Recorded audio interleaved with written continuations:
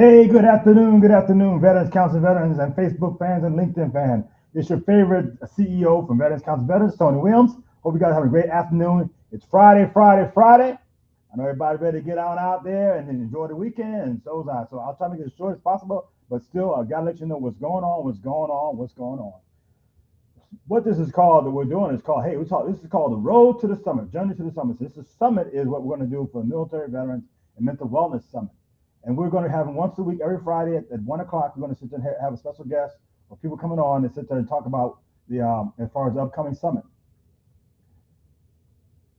I'm always going to push this event. This is so important that when it comes to veterans and the families, what I call the forgotten tribe are the veterans and elderly veterans. We've already had a couple of conferences. You guys know we had two conferences, one in June 28th and June 14th.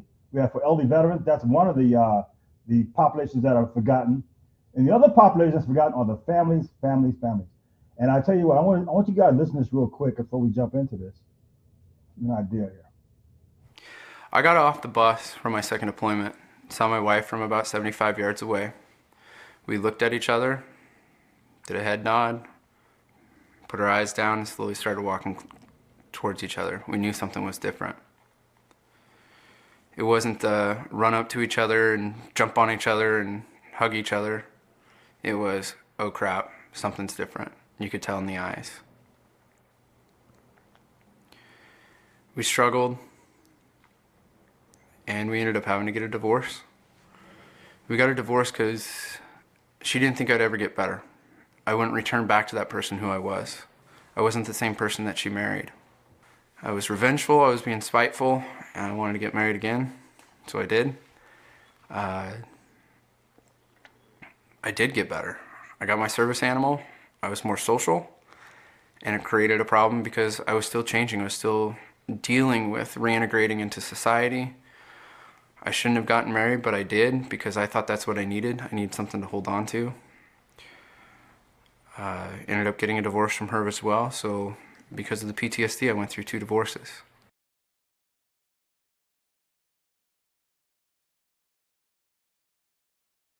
So there you go there. And one of the things that we're hearing from the veterans' point of view about the marriage. He got married a couple of times, several times, and he knew it was him. And then I say it was him, not him personally, but actually something from PTSD and that stuff. So that's what I want to get out, and that's why we have this event here. We have this event because who is taking care of the veterans and their families? Who's out there as we have a lot of support for the veterans and support for military spouses, but who's out there for the family of veterans? And I tell you, you'll hear from another video that there are over 1 million dependents out there, family members out there who are veterans. And if that veteran has PTSD or depression, whatever, it transfers to them and becomes generational. So what we're going to do at Veterans Council, we're going to have this event right here, 15th November in St. Pete, called Military Veterans Family Mental Wellness Summit, to start actually having topics that address that. And what I wanted to do for this podcast, do every week, we'll sit there and we'll bring on guests, the people who actually want to be participants in the event. And one of our we're excited about is going to be called the Transition in Family and Mental Wellness. So to introduce you to that, I'm going to bring on a couple people to the stage, and they are going to be part of the panel on this. And one of them is Angela Ruena. Angela is actually part of Veterans Council Veteran, but she's also in this big time midst of the transition, almost on the other end of it. Like I think her husband retires officially in January. Angela will be actually leading this topic, and also I want to bring to the table Master Sergeant retired Erica Cole.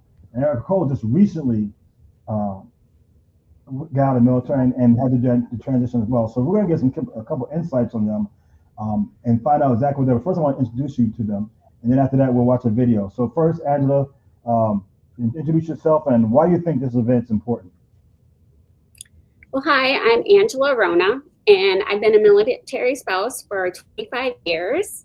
In those 25 years, we've moved 10 times, and my husband has done 7 deployments, and we have 3 children aged 27, 24, and 19. I do believe that this is an important issue, and this summit's going to be great because the military does a really good job of preparing you when you enter the service and during service, but I feel that they lack the support when families transition out of it. Did you, and then I'll get to Erica, did you kind of know that before you transition out, or just something you kind of experienced now as you're starting to transition out? I'm sorry, you said, did I notice it before? I'm sorry, Angela, real quick. I'm just asking real quick now. I'm sorry. And then I was Angela, did you know that beforehand? I got no, do this better. You know beforehand, before you got out, did you already knew that you're going to experience this, or there's something you have to experience first before you realize it? Angela. I do believe that this is something each person has to go through on their own. Everyone's military career is different. There is no two alike. And so transitioning is going to be different for every single family. Okay, now Angela, I'm sorry, Erica, Master Sergeant Erica. So introduce you. We met and got a chance to meet her husband. Like they were dual military at one point in time with Corey, and I talked to her. I said, "So you'd be an ideal candidate when we talk about the transition piece, because that's a key thing people miss." So introduce yourself, Erica, and tell you why do you think this is an important event that we're doing on the 15th of November? Hi, yes, my name is Erica Cole, and I recently retired from the U.S. Army as a Master Sergeant, and so I was a 27 Delta paralegal in the JAG Corps for over 22 years, and so now I am in that space of transitioning into entrepreneurship with my business partner, who is my husband. And so for me, and we have 3 kids, we have one in college, one in high school, and one in middle school. And so for me, I think that this event is extremely important, given the amount of veterans we have in this area. So in the Tampa area, we have over 217,000 veterans. In the city of Tampa by itself, there's over 19,000. Hillsborough and our surrounding counties, we have like 93,000, veterans in just Hillsborough County alone, and over 120,000 in the surrounding area. So for me, I think it's a need. It's very necessary because we have such a strong culture. And so in that transition out of the military, majority of the personnel that I meet at networking events, the majority of them are veterans. So I think this is a really good event, and especially the topics that will be covered in this summit with the PTSD in the family, mental health, transitioning, caregivers, and that dementia piece with the elderly veterans. And then we'll talk about the benefits of the elderly and what it is to be a military brat and how that affects your mental health. And military sexual trauma, it not only affects the veteran, but it affects the family. So I think this summit is a deeper dive, not just for the veteran, but for the family and for the community. So this is something that'll bring us together as a community, see these awarenesses, and then we'll have resources so veterans and families will know where to go to get help. And then some may not even know that they have these issues, but it may trigger them to say, oh, well, maybe that's what's going on in my family. I can go talk to such and such that I saw at this particular summit. So I think it's very important, but more necessary. Yeah, it's long overdue. And we're going to look at the video real quickly and kind of give more insight of what you may experience. It's long overdue. And again, it's like when you're in the military, everything is counted, including your pet bird, right, for dependency. But when you get out of the military, everything goes away except for the veteran and maybe the spouse or dependents. And that's something we miss. So one of the questions I'd like to find out is, you mentioned about all those numbers for Hillsborough and Tampa, but how many veterans are actually in these communities? And are we even keeping count? Are we even keeping count of them to know that? But what I want to do before, and I want you to come back on after I finish it, but I want to sit there and show a video. And okay, well that didn't go too well. Yeah. So what I was trying to, I think I got the video. Let me see if I can find it myself here online here. No, but I didn't go too well. In that video, and unfortunately I couldn't adjust this. I just later on. I apologize. The family talked about, one of the daughters talked about having depression because of her dad kept coming out. She blamed the military. And the brother, he actually talked about dying by suicide.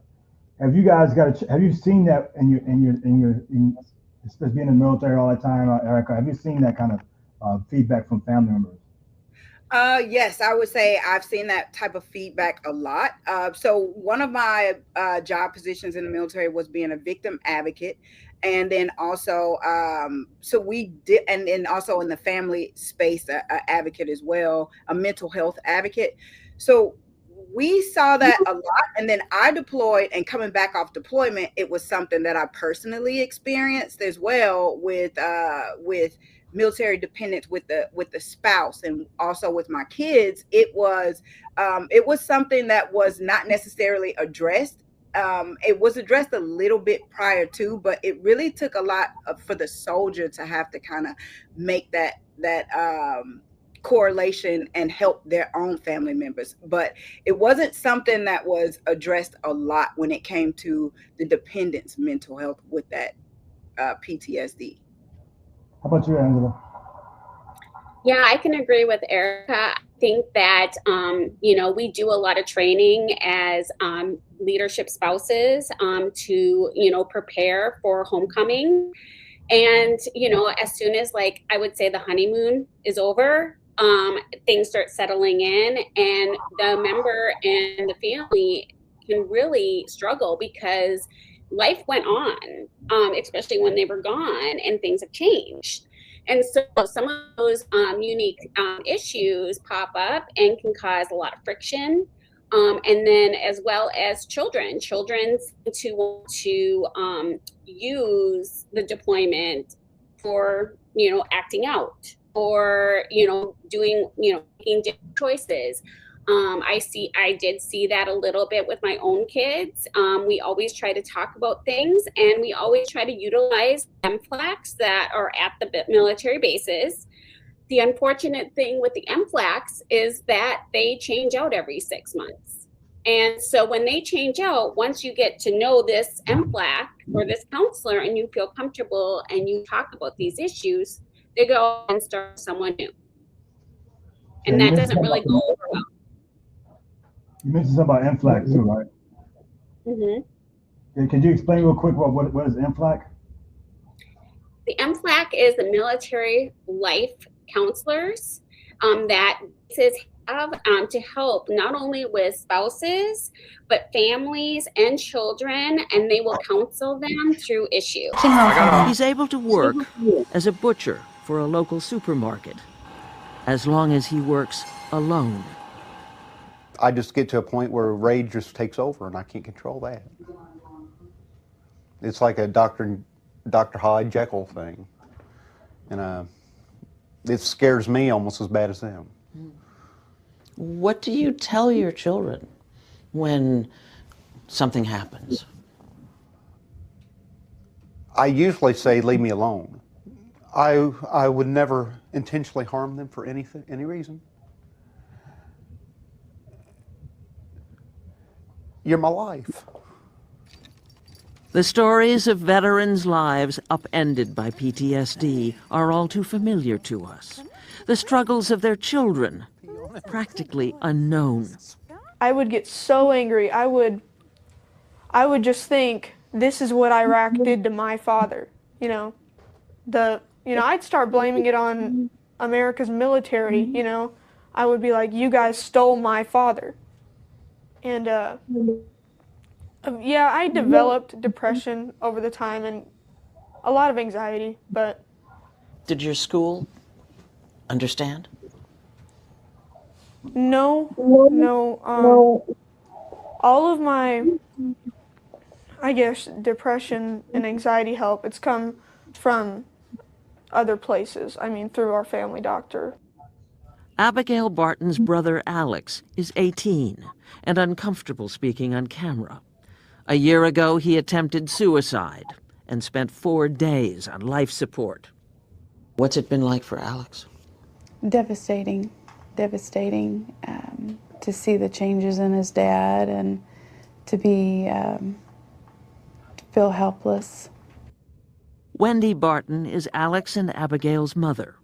I don't think that America is intentionally neglecting these kids by any means, but I think that they need to wake up. because this is a real problem, and it is certainly not just my children that are suffering. It's estimated that as many as 5 million kids have had a parent or sibling serve in Iraq or Afghanistan since 9/11. The vast majority of the kids and families, even with a lot of deployments and a lot of moves, about 70% or more, depending on the issue that you look at, are doing fine. But, says Ron Avi Astor, professor of social work at the University of Southern California, the other 30%, up to 1.5 million kids, are not doing fine. He studied 30,000 high school students in 8 California school districts. Particularly troubling, Astor found 1 out of 4 military kids is likely to consider suicide, significantly more than non-military kids. What exactly does the Veterans Administration do for the children of and siblings of people who've come back from the war? Not much. Not much. The VA spent almost $500 million on PTSD treatment for veterans of the Iraq and Afghanistan wars last year. But their family members, a VA spokeswoman informed us by email, may receive counseling if determined to be essential to the effective treatment and readjustment of the veteran. In other words, veterans' kids who have psychological issues are largely on their own, if they get help at all. Do you walk out the door and put on an act, the normal act? Every day. It's like putting on a shirt now. It's incredibly easy. You just walk outside, put on a smile. My mom had asked me not to talk about the things that were happening with my father. In fact, if my mom mentioned the word Vietnam, it was with a whisper. So we got a kind of glimpse of kind of what the veterans go through and the families and stuff. And you heard about the daughter and the son and how much very little that the VA actually does. Now we're going to have the VA as part of our topics and stuff, but you had mentioned, Erica and Angela as well, that there is a need, right? There's a need out there that we got to fill. And if we don't fill it, it becomes generational, right? Generational trauma, if we don't fix that. And one thing that she mentioned I thought was very important is that did the school recognize that? And that's important because if the school addresses it wrong, then that child could be re-traumatized. What are your thoughts on that? I would say that is, it takes a holistic approach, and it takes that veteran and the family to make sure the school is involved. So I can talk from personal experience. When I deployed to Iraq, I was gone for 15 months. So, and then I came back from that deployment at Fort Stewart. They did have like a brief program that I thought was pretty good, where the PTSD was a known issue. So they brought in family members and they kind of talked about what PTSD is. Here are the signs. So your soldier may not know they have PTSD, but if you see these signs, here's some things that you need to understand. It's not your fault. You know, they may have seen some things. They may not be ready to talk about it. There could be anger. There could be these things, but don't take that as if it's your fault. And if you need help, then you can reach out to get counseling. So they brought in that aspect. And so that was the first time that I heard it. And so I thought, okay, PTSD, that's a me thing. I deploy, I got to figure it out. I got to deal with this. But they had it to where you understood it was a family thing. And so for me, I had to bring in my support system who supported me throughout the whole 15 months. That would be my parents, my sisters, my everything. They were my everything. My husband. And then also the kids and the counselors and the school system. So that school system knew I was deploying before I deployed. They knew I would be gone for 15 months, and their counselors were aware. So we had it set up where they would come in and have the counselor would just check on them monthly to make sure that nothing was going on. And then you had your support system that kind of checked on them as well and made sure nothing was going on. And then now transition, we kind of transition out of military war PTSD. Okay, hey, Erica. So I don't want you to give the whole. I want them guys to come to this conference or this summit. Don't hear it all here on the thing, but I appreciate what you're saying. Okay, We yes. try not to get the whole meal. Well, I got to show up. I already saw what's going on. Thanks, Erica. but we appreciate that. And one thing I do want to say, and we'll close, Erica, is that in that when you said they were more focused on the veteran or the military person than the family. You talk about the support system. The family supports, they need support too. Yes. And so as they said, we always say, oh, the veteran, no, but what about me? But that, that's what we want to discuss at this summer as well. So we got a couple minutes left, and Angela, real quick, just what was your quick thoughts? You got 2 minutes about what you thought Sure. about that video that you thought that may have stood out. Sure. Out to you? Yeah, I think that that video is really it resonates definitely with me. I do feel that military children have so many unique stressors that non-military children actually have and go through when they are, I feel like, serving as well alongside as the family. When we talk about counseling and stuff, we're trying to incorporate that more with our command spouses to reach out to their squadrons and units to really engage with the children and engage with the schools. It's really easy for military schools to talk about PTSD and separation from a parent.